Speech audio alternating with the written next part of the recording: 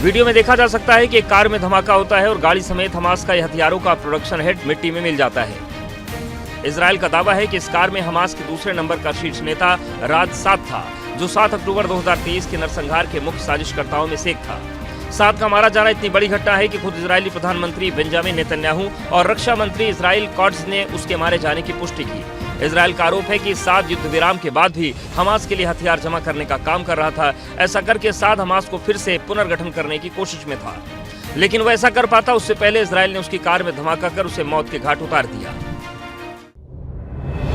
Video में देखा जा सकता है कि एक कार में धमाका होता है और गाड़ी समेत हमास का हथियारों का प्रोडक्शन हेड मिट्टी में मिल जाता है। इजराइल का दावा है कि इस कार में हमास के दूसरे नंबर का शीर्ष नेता राज साद था, जो 7 अक्टूबर 2023 के नरसंहार के मुख्य साजिशकर्ताओं में से एक था। साद का मारा जाना इतनी बड़ी घटना है कि खुद इजरायली प्रधानमंत्री बेंजामिन नेतन्याहू और रक्षा मंत्री इजराइल कॉट्ज ने उसके मारे जाने की पुष्टि की। इजराइल का आरोप है कि साद युद्ध विराम के बाद भी हमास के लिए हथियार जमा करने का काम कर रहा था। ऐसा करके साद हमास को फिर से पुनर्गठन करने की कोशिश में था, लेकिन वह ऐसा कर पाता उससे पहले इजराइल ने उसकी कार में धमाका कर उसे मौत के घाट उतार दिया। वीडियो में देखा जा सकता है कि एक कार में धमाका होता है और गाड़ी समेत हमास का हथियारों का प्रोडक्शन हेड मिट्टी में मिल जाता है। इजराइल का दावा है कि इस कार में हमास के दूसरे नंबर का शीर्ष नेता राज साद था, जो 7 अक्टूबर 2023 के नरसंहार के मुख्य साजिशकर्ताओं में से एक था। साद का मारा जाना इतनी बड़ी घटना है कि खुद इजरायली प्रधानमंत्री बेंजामिन नेतन्याहू और रक्षा मंत्री इजराइल कॉट्ज ने उसके मारे जाने की पुष्टि की। इजराइल का आरोप है कि साद युद्ध विराम के बाद भी हमास के लिए हथियार जमा करने का काम कर रहा था। ऐसा करके साद हमास को फिर से पुनर्गठन करने की कोशिश में था, लेकिन वह ऐसा कर पाता उससे पहले इजराइल ने उसकी कार में धमाका कर उसे मौत के घाट उतार दिया।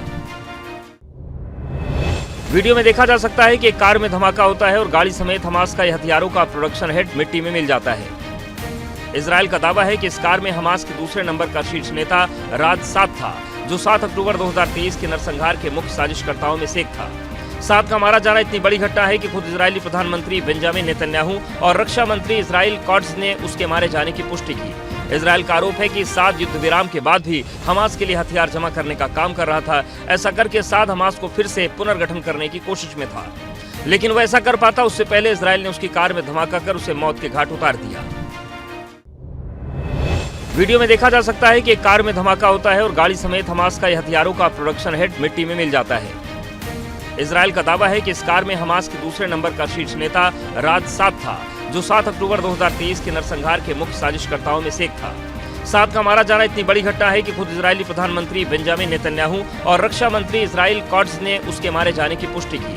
इजराइल का आरोप है कि साद युद्ध विराम के बाद भी हमास के लिए हथियार जमा करने का काम कर रहा था। ऐसा करके साद हमास को फिर से पुनर्गठन करने की कोशिश में था, लेकिन वह ऐसा कर पाता उससे पहले इजराइल ने उसकी कार में धमाका कर उसे मौत के घाट उतार दिया। वीडियो में देखा जा सकता है कि एक कार में धमाका होता है और गाड़ी समेत हमास का हथियारों का प्रोडक्शन हेड मिट्टी में मिल जाता है। इजराइल का दावा है कि इस कार में हमास के दूसरे नंबर का शीर्ष नेता राज साद था, जो 7 अक्टूबर 2023 के नरसंहार के मुख्य साजिशकर्ताओं में से एक था। साद का मारा जाना इतनी बड़ी घटना है कि खुद इजरायली प्रधानमंत्री बेंजामिन नेतन्याहू और रक्षा मंत्री इजराइल कॉट्ज ने उसके मारे जाने की पुष्टि की। इजराइल का आरोप है कि साद युद्ध विराम के बाद भी हमास के लिए हथियार जमा करने का काम कर रहा था। ऐसा करके साद हमास को फिर से पुनर्गठन करने की कोशिश में था, लेकिन वह ऐसा कर पाता उससे पहले इजराइल ने उसकी कार में धमाका कर उसे मौत के घाट उतार दिया।